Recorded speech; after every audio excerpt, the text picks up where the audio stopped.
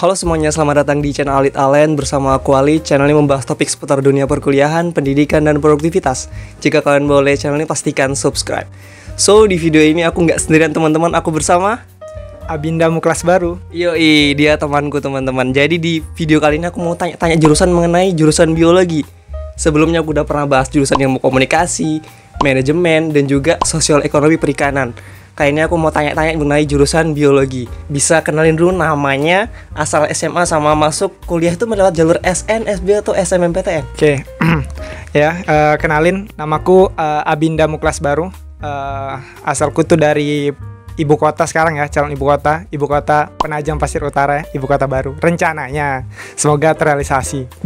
Saya sendiri masuk dari SMA 4 Penajam Pasir Utara, dan sekarang kuliah di jurusan biologi, Fakultas Matematika dan Ilmu Pengetahuan Alam. Itu masuk lewat jalur SBMPTN. Kamu tuh waktu SBMPTN itu milih prodi apa aja, jurusan apa aja? Kalau misalnya di SBMPTN kemarin sih tentu milih 3 ya. Yang pertama itu kemarin teknik lingkungan, yang kedua itu jurusan biologi, dan yang ketiga itu pendidikan biologi. Berarti yang utama itu teknik lingkungannya ya? Bukan biologinya ya? Terciduk nih ya. Nah tapi kan sebelumnya itu ikut SNMPTN atau SBMPTN lolos di ULM Lemu Mangkurat tuh. Iya. Bener, itu SNPTN. Lolos apa itu? Lolos pendidikan biologi di Universitas Lemu Mangkurat. Lemu Mangkurat itu di Banjar. Itu keren banget loh, bisa-bisanya lulus SNMPTN masih tes SBMPTN gitu. Angkatan 2018 ya. Dan angkatan 2018 tuh SBMPTN-nya masih 3 jurusan. Sekarang UTBK SBMPTN cuma bisa milih 2 jurusan. Oh ya, 2 ya. Jadi lebih spesifik, kayak aku kemarin ilmu komunikasi, yang kedua ilmu hukum. Jadi kayak lebih spesifik kita milih yang mana. Jadi sebenarnya emang Anda pingin teknik lingkungan ya? Aduh, sekarang kenapa ini dibahas lagi? Sekarang ini posisinya semester berapa ini? Oh, kalau sekarang sih semester 5 ya, baru selesai kemarin. Kalau misalnya ke depan ini ya berarti semester 6 ya. Oh iya, udah mau KKN aja nih ya. Ya. By the way, aku sama Abin ini satu angkatan, cuman aku 1 tahun nggak kuliah, jadi dia lebih udah semester 5 mau ke semester 6. Jadi aku baru semester 3 mau ke semester 4. Dia beda 2 semester. Dan juga aku mau tanya ini, sebenarnya mau teknik lingkungan, tapi masuknya biologi. Nah, aku mau tanya, kan di SBMPTN itu dapat jurusan biologi keterimanya kan, betul kan? Iya, iya. Nah, alasan milih biologinya apa ini? Aduh, dimilih apa? Alasan ya. Kalau misalnya dibilang alasan sih, yang pertama basically kalau misalnya di SMA ya. Kalau misalnya di SMA itu kan kalau namanya jurusan IPA itu kan cuma ada 3 kan pilihannya, antara kimia, fisika, dan biologi. Nah kebetulan kebanyakan dari anak-anak IPA itu ketiga matkul antara matematika, kimia, dan fisikanya ini lumayan saya tuh di bawah standar gitu. Ibaratnya tidak terlalu memahami. Dan biologi saya kalau misalnya bilang memahami ya tidak memahami juga. Cuma daripada ketiga itu ya lebih baik biologi. Iya benar. Aku juga kalau masuk IPA aku pilih biologi. Karena itu satu-satunya pelajaran di SMA yang masih bisa dinalar kayak gitu. Bener. Kalau fisika sebutkan rumus gravitasi, apa kita nggak tahu rumus, kita tidak bisa nalar. Kalau misalnya biologi, misalnya sebutkan pengertian sel, apa ya, itu masih bisa dinalar kan kehidupan sehari-hari. Pengertian apa yang pokoknya kita tahu sembarang masih bisa dikarang lah gitu. Kalau di SMK kan TKJ itu pelajaran IPA-nya sampai kelas 2 doang, dan itu tuh cuman fisika. Dan itu kayak parah sih ya, kayak gravitasi. Iya. Nah, selain itu aku juga mau tanya, kan tentunya kan prodi biologi itu juga di dalamnya kan ada jurusan atau peminatan konsentrasi gitu. Yeah. Itu konsentrasinya apa aja dan ngambil apa konsentrasinya? Kalau misalnya di biologi sendiri itu konsentrasinya secara umum dibagi menjadi 3. Yang pertama adalah konsentrasi ke hewan, ke tumbuhan, dan mikrobiologi. Untuk ke masing-masing konsentrasi ini itu nanti juga bisa random, ada 2. Ada yang di lab dan di lapangan. Kalau misalnya kita bahas satu-satu nih, kalau misalnya hewan. Nah, kalau misalnya hewan, ada hewan fokus hewan yang ke lapangan. Kayak misalnya kita mengarah kayak konservasi seperti itu, kayak misalnya perhitungan populasi, kepadatan populasi seperti itu, dan juga konservasi hewan-hewan langka kayak gitu. Habis itu kalau misalnya yang di lab banyak, misalnya kita biasanya kalau di lab itu kan bukan observasi ya, tapi kita lebih ke eksperimental, kayak misalnya pengaruh ekstrak tumbuhan terhadap perkembangan ikan apa gitu kan, seperti itu. Kita lebih banyak eksperimen kalau di biologi, apalagi di hewan ya. Kalau misalnya ke tumbuhan, kalau di tumbuhan ini sama seperti itu, ada juga penelitian lapangannya, misalnya kayak identifikasi Dipterocarpa berinteraksi pada suatu taman nasional seperti itu dan lain-lain. Kalau misalnya di lab ini bisa juga pengaruh ekstrak tumbuhan terhadap efektivitas tubuh, kayak misalnya pemanfaatan hormon insulin dan lain-lain sebagainya. Kalau untuk mikrobiologi sih memang kebanyakan itu di lapangan, di lab ya, di laboratorium, karena itu menyangkut kayak seperti isolasi bakteri. Namun itu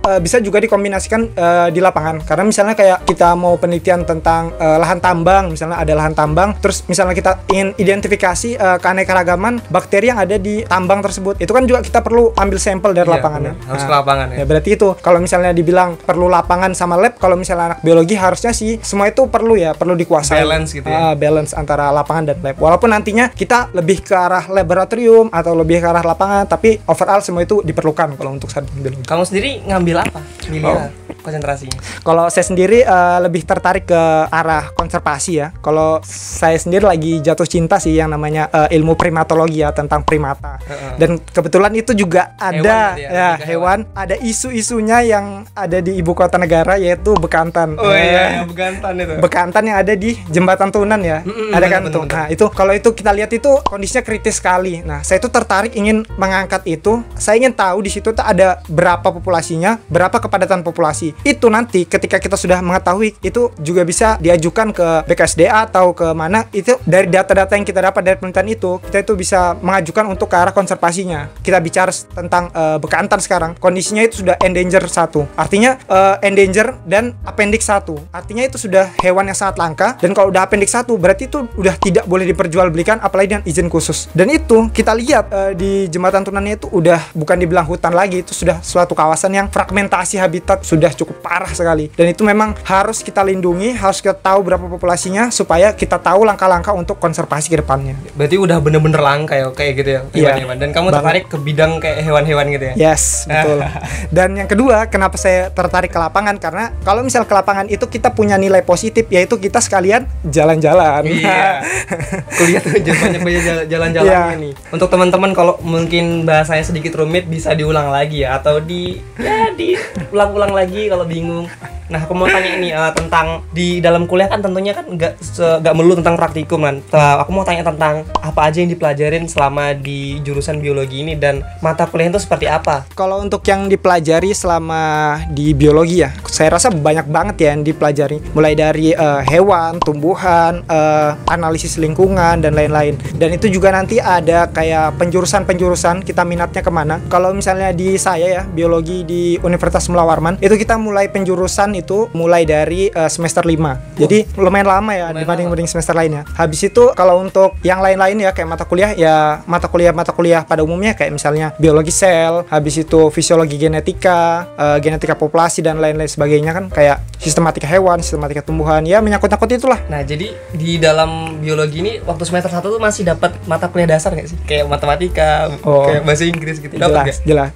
Jadi sebenarnya itu juga salah satu unek-unek saya. Kenapa saya pengen masuk biologi yang ya sebenarnya nggak pengen-pengen banget sih, ya ibaratnya ya juga terdampar gitu. Iya, karena saya ingin menghindari matematika.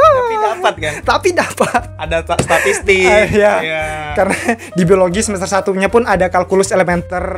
Habis itu ada statistika dasar, ada biostatistika lagi, Pak. Waduh. Sama, di ilmu komunikasi juga.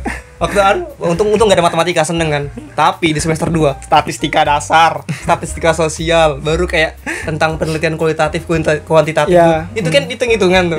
Mau menghindar ke jurusan sosum, karena aku dari saintek ke sosum, itu kayak dapat gitu. Aneh gitu. Aneh tapi nyata. Tapi kalau untuk kalian yang masih mau menghindari matematika tapi masuk jurusan saintek, lupakan.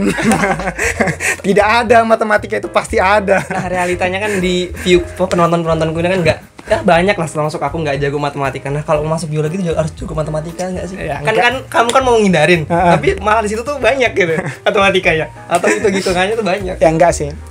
Matematikanya mungkin masih matematika standar dasar kayak SMA mungkin. Kalau misalnya kalian jarang bolos waktu SMA, waktu pelajaran matematika peminatan atau matematika wajib, kayaknya kalian masih bisa. Tapi berhubung saya sering bolos, Pak. Aku sering kabur juga. Sering kabur. Karena ya seperti itu, Pak. Pelajarannya memang saya bikin bolos ke perpus, ke lab. Aduh, kacau gitu. Memang susah sekali, Pak. Jadi kayak nggak perlu nggak perlu jago, bisa diimbangin sambil belajar ya. Tapi kalau kalian nggak ngerti dasarnya juga lumayan. Kalau nggak mengerti dasarnya pasti Anda jadi pemuda tersesat gitu.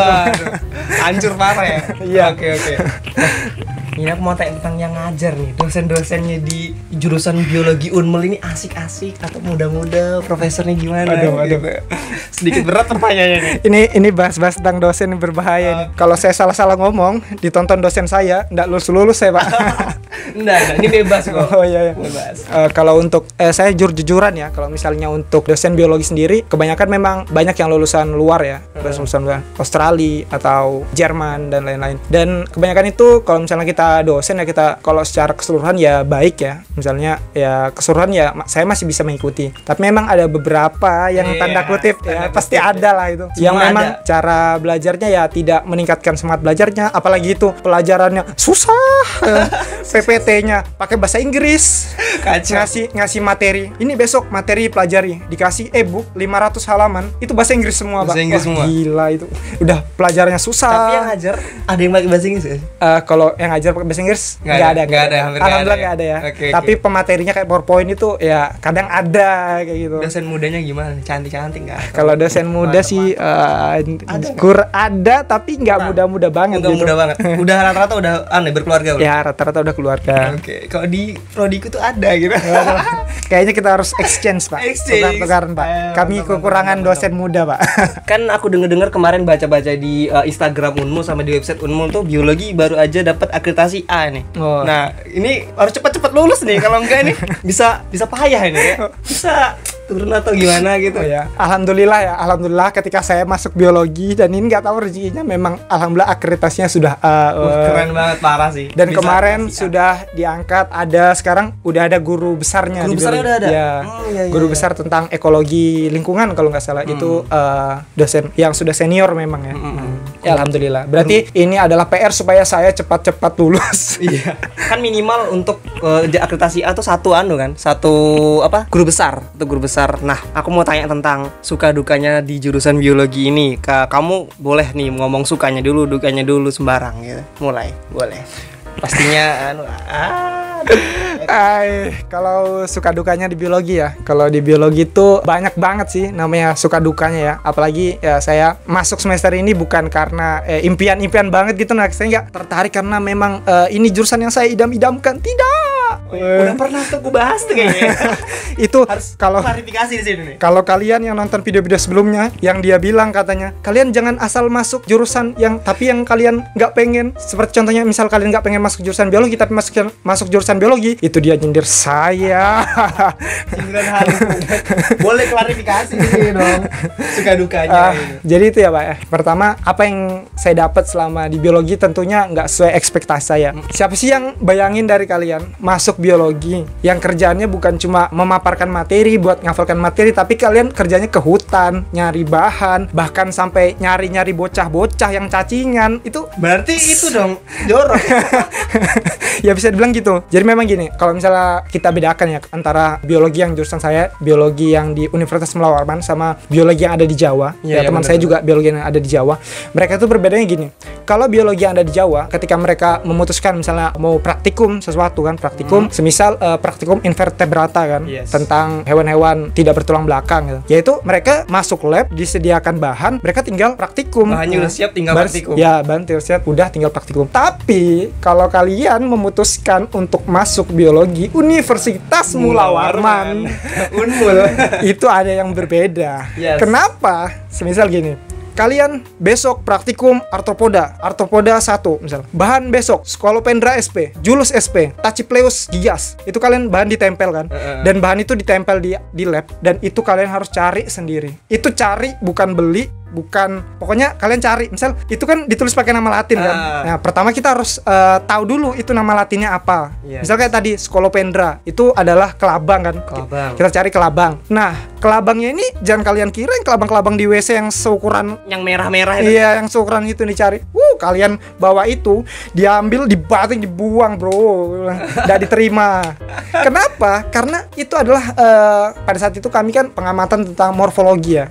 Otomatis kalau misalnya kita bawa bahannya itu kecil, kecil, susah diamati morfologinya. Jadi memang kami tuh ke hutan ya, berusaha cari pokoknya gimana caranya, pokoknya dapat kelabang, dapat kalajengking lah, dapat apa, pokoknya apa-apa yang di bahan praktikum itu kita harus cari dan dapat sendiri. Makanya itu, kalau lihat di storymu tuh di Instagram atau di WA itu kayaknya jalan-jalan terus di hutan atau kayak ngecamp gitu. Ya. Asik ya jalan-jalan. Ya, tapi itu enaknya jalan-jalan. Jalan-jalan ya, asik. Tapi yang paling ngeselin itu saya pernah itu dapat materi kalau nggak salah itu materinya tentang praktikum cacing-cacing ya, saya lupa namanya cacing apa. Itu tuh disuruh bawa Oxyuris vermicularis. Apa ya? Kalau kamu nggak tahu Oxyuris vermicularis itu adalah cacing kremi. Cacing kremi. Ya. Wow, yang ada di situ dong. Ya, tidak usah dibayangkan cacing kremi ada di mana. Kasih gambar gak sih? Nanti ditampilkan. Jangan cari di Google cacing kremi adanya di mana ya. Iya. Siap. Gini, jadi cari cacing kremi itu butuh perjuangan, Pak. Iya. Jadi yang pertama kami tuh survei dulu. Survei pada saat itu kami ke Karangmumus karena ya ibaratnya itu kita bisa lihat masih banyak ibaratnya di dekat bantaran sungai seperti ya. Penduduknya itu. Penduduknya ya ibaratnya masih agak jauh dari kata higienis ya. Yes. Nah, berarti di situ kita cari dari bocil-bocil, kita cari bocil-bocil yang memenuhi kriteria dia cacingan. Jadi cacingan gak sih? Aku bisa jadi kurus banget kamu, Pak ya. Iya. Penelitian. Kayaknya kamu punya cacing kremi, Pak. Tapi minum obatnya gak keluar-keluar nih. Aduh, itu cacing parah. kremi. Jadi gimana tuh? Udah dapat? Jadi itu tantangan pertama, nyari bocil-bocil yang cacing kremi. Dan pertama yang kita gobloknya itu adalah kita tanya kepada orang tuanya. Jadi pada saat itu kita Karangmumus, kita tanya ke orang tuanya. Bu, ada nggak sih Bu anak-anak di sini yang dia itu kesehariannya suka punya umbelan, habis itu dia suka garuk-garuk pantat gitu. Ibunya aneh pertamanya, loh ini kenapa Mas nyari-nyari kayak gitu? Enggak Bu, jadi itu kami jelasin kan kamu mau cari bahan praktikum gini. Tapi saya jelasin dulu langsung. Kalau kita tidak, karena kita ngebet itu ngejar deadline, harus bener. Ada cacing kreminya. Sudah sampai di situ namanya orang tua kan, ya pasti memprotek lah. Iya. Enggak Mas, enggak. Di sini tuh anaknya bersih-bersih semua, nggak ada yang cacingan. Pertama kami tanya lagi ke ibu-ibu kan, jawabannya sama. Kami berkesimpulan bahwa ibu-ibunya ini jujur nggak sih katanya. Ya jujur lah kata temanku, jujur karena mungkin memang dilihatnya nggak ada sih yang anak-anak cacingan di sini. Yes. Nah, ya. Namanya orang tua juga memprotek. Iya benar. Tapi kita nggak habis akal dong. Kita lihat ada bocil-bocil kan. Kebetulan pas saat itu kita memang udah dekat maghrib, ada bocil-bocil dua main yoyo. Saya ingat dia tuh dekat. Saya samperin, bilang ada nggak sih Dek temanmu yang umbelan terus suka-suka garuk-garuk pantat gitu kan. Itu kan masih mikir yang teman sebelahnya. Yang satunya lutung. Ada Bang katanya gitu. langsung. Kami, alhamdulillah ada. Siapa? Oh, langsung nyelutuk katanya. Rehan namanya gitu lah. Dia langsung spontan bilang katanya, Rehan Kak yang cacingan. Yang namanya Rehan. Yang namanya Rehan. Cacingan ya. Ya hati-hati ya. Habis itu, betulan kamu. Saya tanyain, awas kamu bohong-bohong kamu. Iya, dia tuh pas kami dekatin katanya, pas kita main sama Kia, dia tuh suka gigit-gigit kuku. Habis itu dia tuh suka garuk-garuk pantat katanya. Habis itu dia juga suka umbelan. Habis itu kita datangin kan anaknya. Nah, tolong ya Dek, kita samperin, kita mau dekat sama anak itu katanya. Iya, siap. Kita dekatin, akhirnya kita dibawa kan. Dan ternyata kriterianya persis banget. Lalu gimana kalau bisa dapat gitu? Ya itu. Habis itu kita ke kan. Karena kita takut kan. Apalagi itu dia punya bapak kan. Misalnya kita ambil cacing kreminya, tiba-tiba kita telanjangi kan enggak lucu kan. Nah, kan itu kan kalau cacing gitu kan enggak bisa. Kalau walaupun berak biasa kan enggak keluar cacingnya, itu harus dikasih obat kan. Iya. Jadi kalau misalnya cacing kremi itu dia itu sistem infeksinya itu auto infeksi. Jadi ketika dia menjelang malam, jadi cacing kremi itu mendekati dubur untuk bertelur. Nah, jadi dubur habis itu kan karena pada saat dia bertelur, dia itu mengeluarkan suatu cairan atau enzim yang itu gatal. Sehingga ada kemampuan buat garuk-garuk. Nah, pada saat tidak mencuci tangan, masuk bersama makanan, masuk lagi dan itu jadi berulang terus. Oh, siklusnya kayak gitu ya. Dan itu setelah itu kami izin sama orang tuanya, izin gimana supaya dapat cacing ini. Pertama, anak itu masuk kan, kita ngobrol-ngobrol sama orang tuanya. Kita tanya, "Pak, apakah benar sih Rehan ini cacingan, Pak?" Katanya. Orang tuanya namanya orang tua, memprotek kan katanya. "Enggak, Mas, anak saya ini sehat," katanya.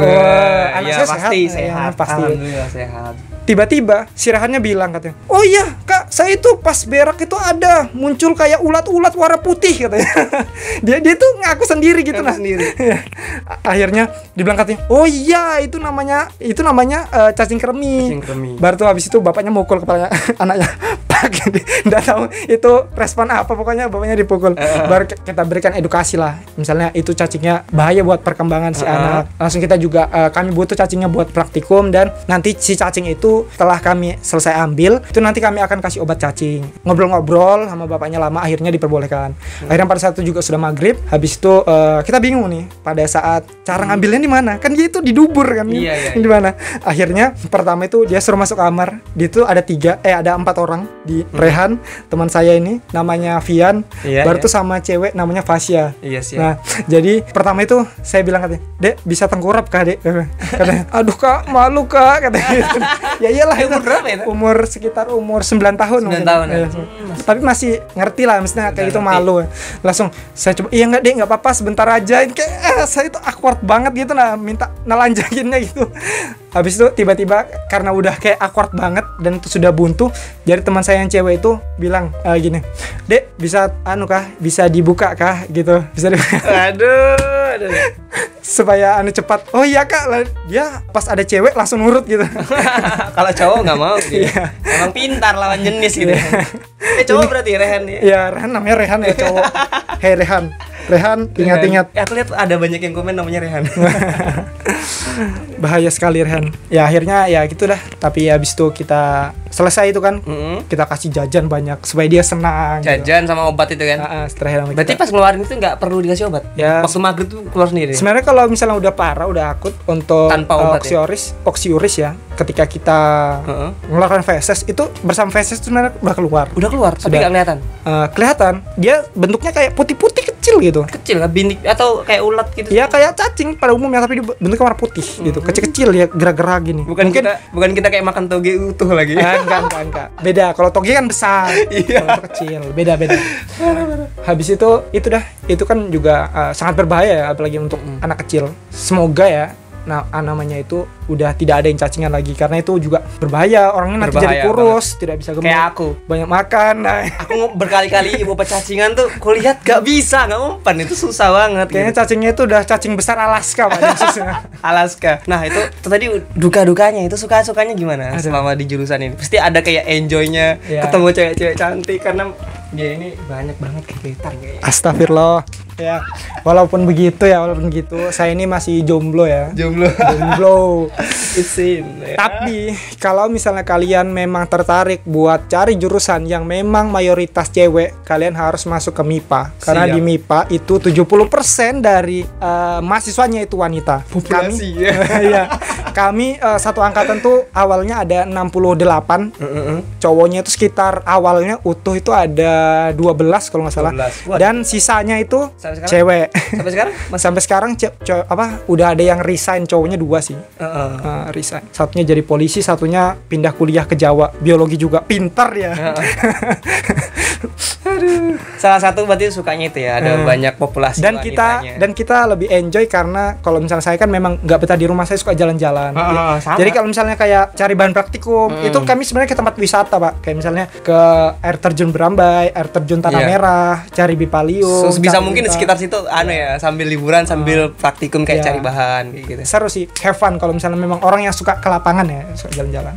Jadi itu ya, 2 hal itu ya untuk suka dukanya. Nah, aku mau tanya-tanya ini mengenai kayak bentar lagi kan tahun 2021 nih akan ada SNMPTN 2021, UTBK SBMPTN dan juga SNMPTN 2021. Nah, tentunya ini kan udah master nih. SNMPTN keterima, SBMPTN keterima. Nah, aku ini apa? Jangan ikuti saya. Aku mau tanya-tanya mengenai adik-adik ini, tipsnya, boleh dikasih tipsnya untuk mau masuk jurusan biologi Unmul ini harus siapin apa aja untuk ikut SNMPTN, SBMPTN, persiapan untuk ikut tipsnya untuk adik-adik gitu tahun 2021 nanti. Kalau untuk adik-adik yang mau masuk biologi, saya sarankan kalian cari dulu pengetahuan gitu. Kalian cari dulu sistemnya itu gimana supaya kalian tidak salah langkah. Anda merasa salah jurusan nggak sih? Tapi kalau semakin semester tinggi udah udah dilupakan lah seperti itu. Ya maksudnya kalau misalnya soal jurusan pasti awal.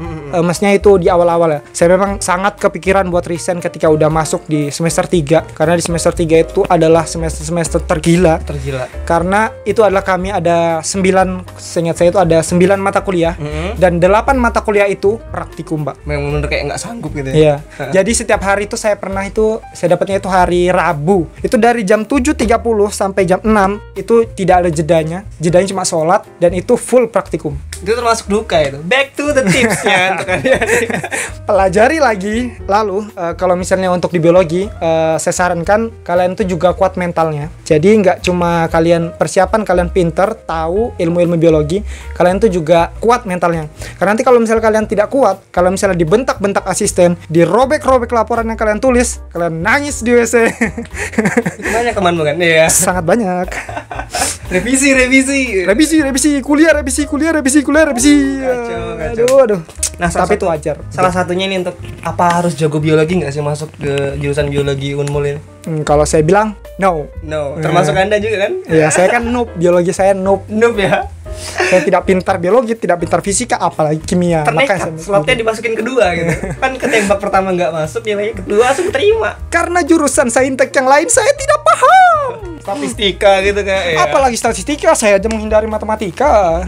Oke, tipsnya itu aja kah? Ya, habis itu ya perkuat mental, banyak-banyak doa, dan yang terakhir, kalau sudah keterima dari jurusan biologi, saya mohon jangan menyesal.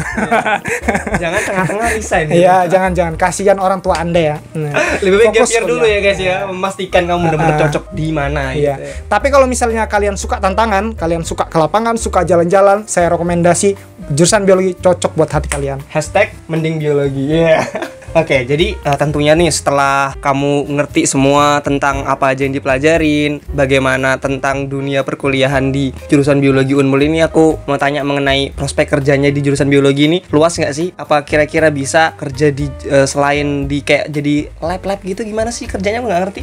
Prospek kerjanya seperti apa gitu? Ya, kalau untuk biologi sendiri, prospek kerjanya sangat luas ya. Sangat luas. Ya, jadi kalau misalnya kita lihat dari namanya biologi, itu adalah induk dari bisa dibilang itu pengetahuan. Karena yang namanya kedokteran, anak biologi juga belajar kedokteran, anak biologi juga masuk itu induk ini apa? Belajar kimia juga, belajar statistika, belajar pengolahan data dan lain-lain sebagainya. Ibaratnya kalau biologi itu kompleks. Jadi karena kekompleksannya itu, justru kalau misalnya saya lihat alumni kan, jejak alumni ya, beberapa memang ada yang malah kerjanya di bank. Habis itu kalau misalnya kita realistis aja, kalau misalnya jurusan biologi, jurusan bisa kemana aja sih? Pertama ya itu tadi bisa untuk analisis lab.